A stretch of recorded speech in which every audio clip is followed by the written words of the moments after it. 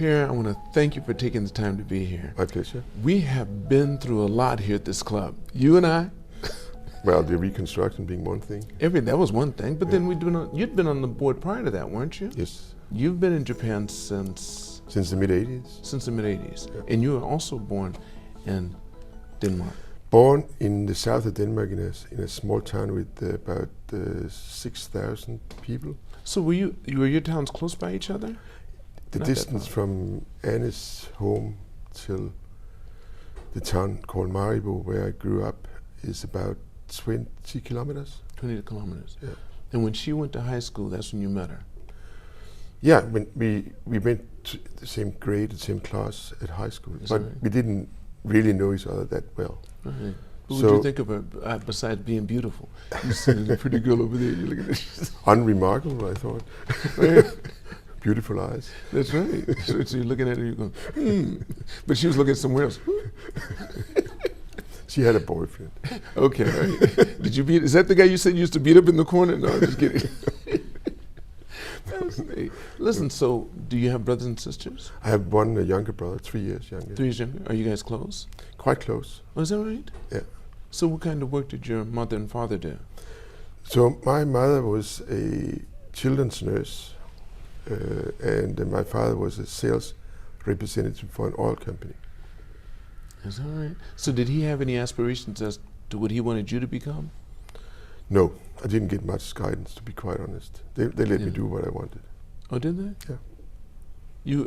So growing up, what was it like for you in elementary school? So I did very well in school, basically, and so it was easy for me to go to school. So did you get bored easily? No. Were you nice to the teachers? Yes. You know I'm asking all this because I know it's like now. So you did really well. Did you read a lot? I read a lot. What kind of books did you like to read? So adventure books like Stevenson and Kipling, it's kind of. Well, starting when? From when? Well, when you were From young. when I could read. From really? Like probably from 8, right? Okay. 8 or 9. So what would someone find you doing? Let's say elementary school ages. What would you be doing at that time? Would you be outside running around? I was a Boy Scout as well. Okay. So I was quite outside a lot. But Boy Scouts start after the Cub Scouts. I was a Cub Scout. Oh, so you did a Cub Scout as well. So your father had you involved in things. Yeah, he was also quite involved with the parents. Oh, was he really? Yeah. So okay. Too much, according to my brother and I. So your mother and father, they were around a lot, or did they have to travel? They were around a lot. They were around a lot? It was very steady childhood, because my father, he worked from home, as you did at that time. So he got up at around 6:30 or something, made his own breakfast. He had telephone hour from 7:30 to 8. Then he left by his car, and he came back at 5:30, and my mother had prepared dinner. So it was very consistent. Yeah. What do you remember? What are some of the childhood things you remember doing that you really enjoyed? I enjoyed the Boy Scouting. Did you really? Yes, and I enjoyed very good friends in the Boy Scout group. And I spent a lot of time in the library reading. Right. Okay, in the States we call those kind of guys, like they were nerdy kids, the ones that stayed in the library and stuff. And they weren't social. No, I had good friends. You had good quite friends? social. That also stayed in the library with you? Not so much. Not so much. Okay, I'm just trying to figure this out. So what about your brother? What was he like? What is he like? He's a publisher right now. So he also read a lot, and he studied. You say he's a publisher? He works as a publishing editor in a publishing company. Okay. And he spent a lot of time also in the library. He got a he got a second job in the library, in the music department of the library. So he was sort of renting out records. Yeah. Who do you think got you interested in reading? Because that's not something you just pick up on your own. My mother and father both read a lot. Oh, did they really? Yeah. So would they sit down with you and read books to you when you were really young? Yes. And you remember that? Yes. I think that's very important for children when parents do that. My parents were too busy getting divorced. So I missed out big time. Yeah. I remember that. I remember saying I wanted to stay with my father, not my mother. Yeah, that's interesting. So your parents still here now? My father passed away at 69 from prostate cancer. When? At age 69? Yeah, that was in 84. Mm-hmm. Yeah. Right. No, 94, of course, 94. Were you there, still in Denmark? Well, no, I was here. It was, I remember, it was Golden Week in 94. And my mother called me and said, I think you should come back to Denmark because your father's not really well. So I took Golden Week. It's not easy to get a flight. So I got crammed into a Virgin Atlantic to London and then on to Copenhagen. And then I went down, fell asleep on the train and ended up in a totally different place. And I had to take a taxi back. And then I came at 2 o'clock in the morning and my father just woke up again and he stayed alive for another 4 days. Oh, that's beautiful. Mm. You got to be with him the whole time? Yes. That's good. I did the same with my father. I was very close with him. So Mom, she's doing well? She's not doing so well. She's got arthritis. And she stays in a care home now. Okay. Right. But her mind is okay. How old is she now? She turns 94 in March. Okay. Same age as my mother. Yeah, okay. But I'm sure we're different age. You and I are different. Okay, I'm 70 now. How old are you now? 66. See, I thought I was older than him, a lot older. I just turned 70 this year.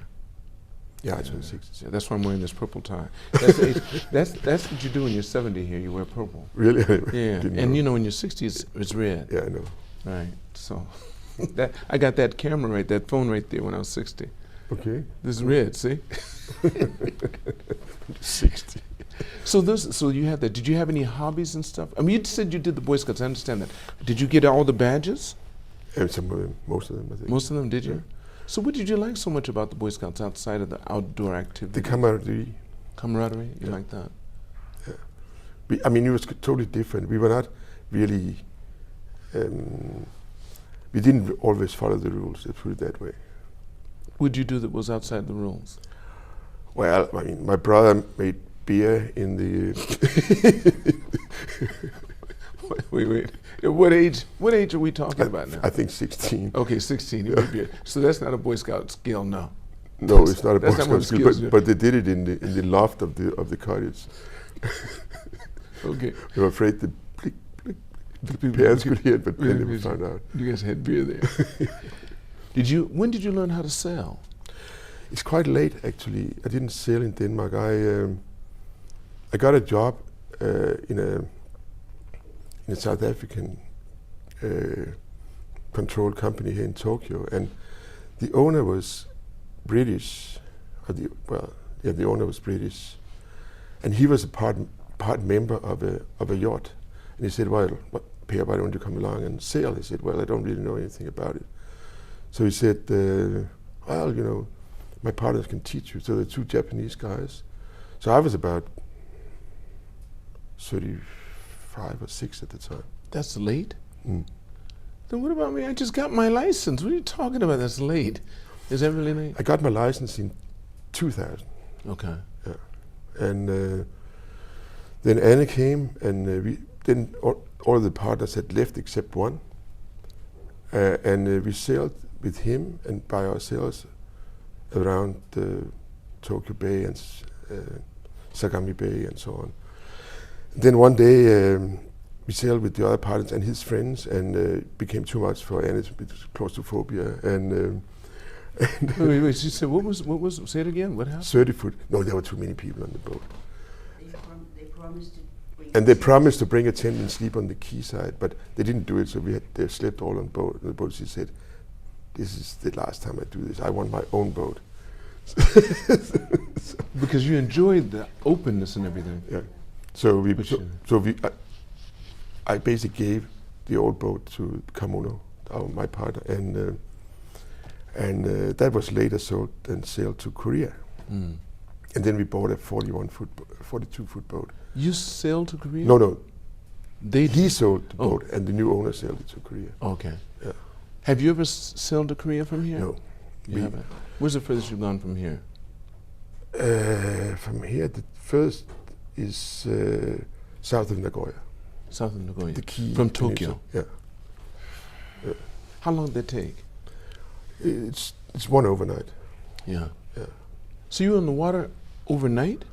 Yes, yes. I mean, but I also sailed from here to Kobe on a friend's yacht. On a friend's yacht. Yeah. But you weren't doing it, were you? No, yeah. You were? Yeah. Were you there too for that one? Yes. And that was another overnighter. That's also overnight. Yeah, overnight, right? Yeah. But we do that. I mean, now we sold our yacht here, and we have a yacht in Spain now. So. With how many footer? 50 footer. 50 footer. Wow. Yeah. And we sailed quite often overnight over to Mallorca or so on. That's nice. That is But I mean, we sailed from. We sailed from. We bought the boat when it was in England, and we sailed. Annie was not there, but we sailed down to Gibraltar with some friends. How long did that take? It's a week, but we stopped a few places, but overnight over the Biscay and so on. Yeah. And then Anne and I sailed her up to where we have our house in Spain. That was about a week, I think. Mm-hmm. And one overnight we stopped.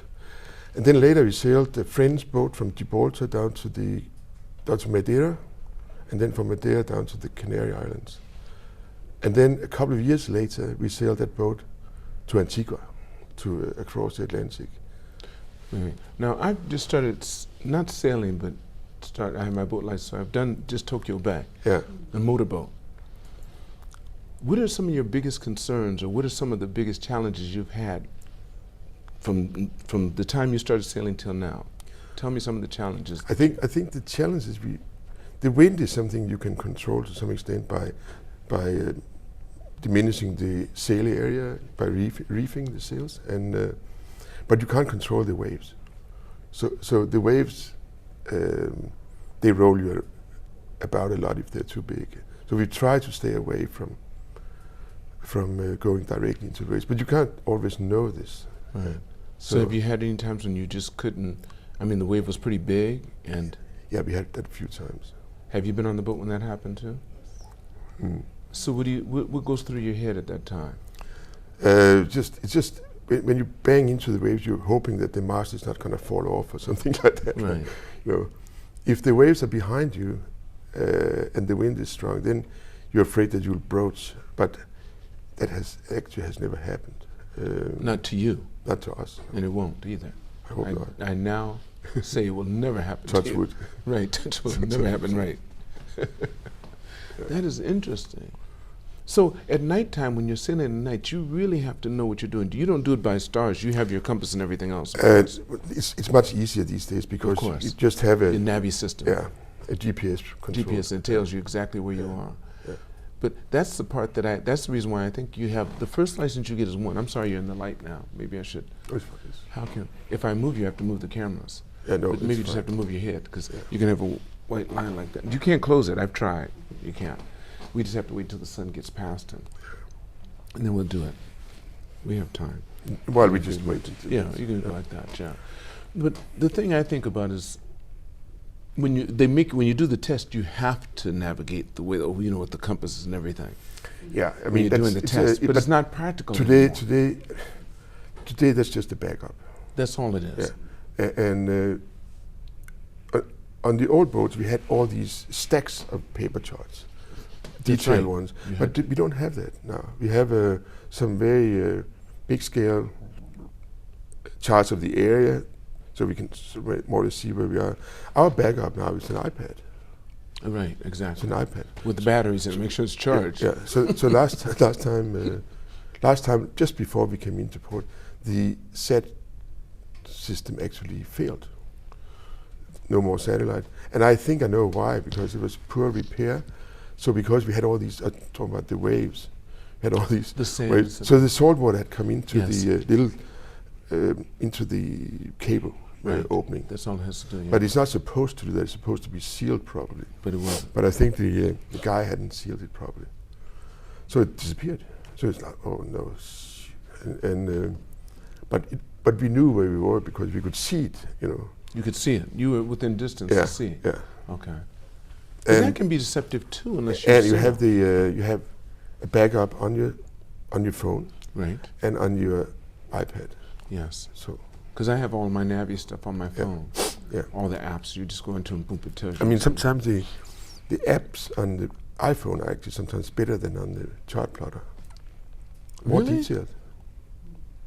Wow, that's Yeah. interesting. That's so It's a interesting. different maker. Do you ever fish when you're going out?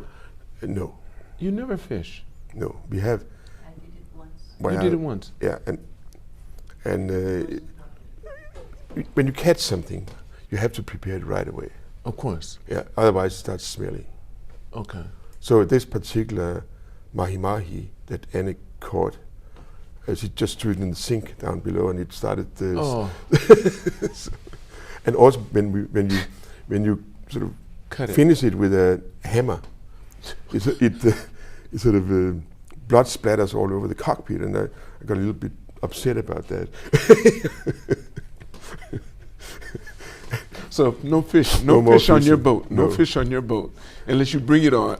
You're ready to prepare, eat it right. When we crossed the Atlantic, they had fishing gear, but they caught a couple of fish, and we ate them as sashimi. Quite nice. You had someone there that knew how to do that. Yes, of course, yes, yes. Two very good cooks, as a matter of fact. And but the skipper had bought all the wrong fishing equipment, so either the line broke or the fishing rod broke all the time. So at the end, we didn't have any left. Is that right? That's interesting. So tell me, Perry, when you came over here, you said you worked with, which company did you work with? The first company is a now non-existent company anymore, called the East Asiatic Company. It was a very large Danish headquartered worldwide company. What did it do? What did it do? They had shipping. It was like a Sokososia, like a Japanese trading company, all sorts of investments in Like industry. Dentsu, it's like Dentsu. No, like Mitsubishi. Like or Mitsubishi, okay, Mitsui, like the big one, okay. Yeah. And I worked for them for a couple of years. Then I switched to a similar type company, which was Swiss. And then later on, I got involved with the South African trade in foodstuffs. How long did you do that? It was quite a long time. It's from '93 till 2000. But then from there, Ni- I t- was going to say. From it was not a long time. '93 to 2010. I was going to say, sorry. yeah. And then Yeah. you stopped. You didn't work for anyone after that, did you? No, then I got involved with recruitment. That's right. That's why I know. Yes. Yeah, with Ingenium, I got Engineering, yes. I got the job there, and then later. But you had a space of time there that you weren't doing anything, wasn't it? No. Oh, really? So straight from that company to Yeah. So in the end, I was running the South African foodstuffs company with some partners, and in the end, we actually closed it down because it became uninteresting. Almost at the same time, I got the job with Ingenium. And then later I became managing director when Mark Saft left. Mm-hmm. Yeah. You enjoy it. So now what do you do? What are you doing these days? I am doing a little bit of recruitment with another partner, just very small. But I do some projects. So you enjoy doing that? Yeah. So I wouldn't say I'm working full time, but I'm working 3/4 of the time with different projects. Mm-hmm. Do you have any other hobbies and stuff that you're doing? Skiing, of course, and You ski? yeah. So sailing and skiing are your two biggest things. Yes. You ski as well? Yes, and Annie is a little bit the same. When she came to Japan, she'd been out skiing 2 or 3 times before, so she wasn't exactly Mrs. Skiing Queen, you know. But she practiced a lot and took lessons, and I helped her teach her also, which I'm not sure she liked very much, but she became quite good. Really? Yeah, So now you can get on the advanced slope and come down? more than that. Oh, more than that? More than that. You do moguls too? Moguls is something we don't really do. Right, I was going to say, because it Yeah. really it wrecks your knees. Yeah. My goodness. So No, I was going to, in Denmark, isn't it a big hunting culture too? in Denmark, there's a lot of hunting. That's what I thought so. Yes. So did you ever hunt? No, but You never hunted either. That's what surprised from both of you, because I was thinking that would be something that you would do, just because most of your friends, I bet you, are hunters, don't they hunt? some of them do. I think so, Yeah. yes. Yeah. Wow, but that's just nothing you're... No, I never appealed to me to shoot animals. You know, Okay. to be Your honest. father, did he ever? No, do he it? didn't. He didn't do it? My brothers, my father's brother did. Okay. So we have some, and also Anne's friends Okay. before did. So she has Right. quite a few contact with hunters, Right. but we didn't do it ourselves. Never got involved. Yeah. Okay. We didn't like to kill them. He didn't like to kill animals. I did rabbits and pheasant when I was small. I just liked the fact that I was quick. It's the same in Denmark. They're the most popular Rabbits and games. and pheasants, right? Yeah. Yeah. Big game. I've never done big game. I don't know that I would enjoy that either, because it's just So Um, rabbits and pheasants, you use shotguns, right? right. Exactly. Yeah. That's all. Yeah. You never have to use a slug or anything. Yeah, right. That's what we do. Per, if you could go back in time, knowing what you know today, what advice would you give the younger Per, and what age would you be? I would also pick teenage years just before you select what education you want to do. In my particular case, I didn't get, as I told you before, I didn't get much advice from my parents about what I should do. I was thinking to become a medical doctor. I was thinking to become a chemical engineer and so on, so different things. But I also didn't want to have student debt. So I wanted to You were make, concerned about that then? yeah.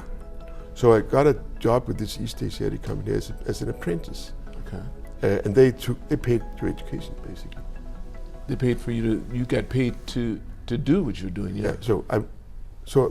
And they sent you abroad after 4 years at head office when you study and you work at the same time and so on. So I would probably have given the advice to my younger self, something about doing an academic career or something like that, which I didn't do in the beginning. Later I took my MBA, but that was much later. You know.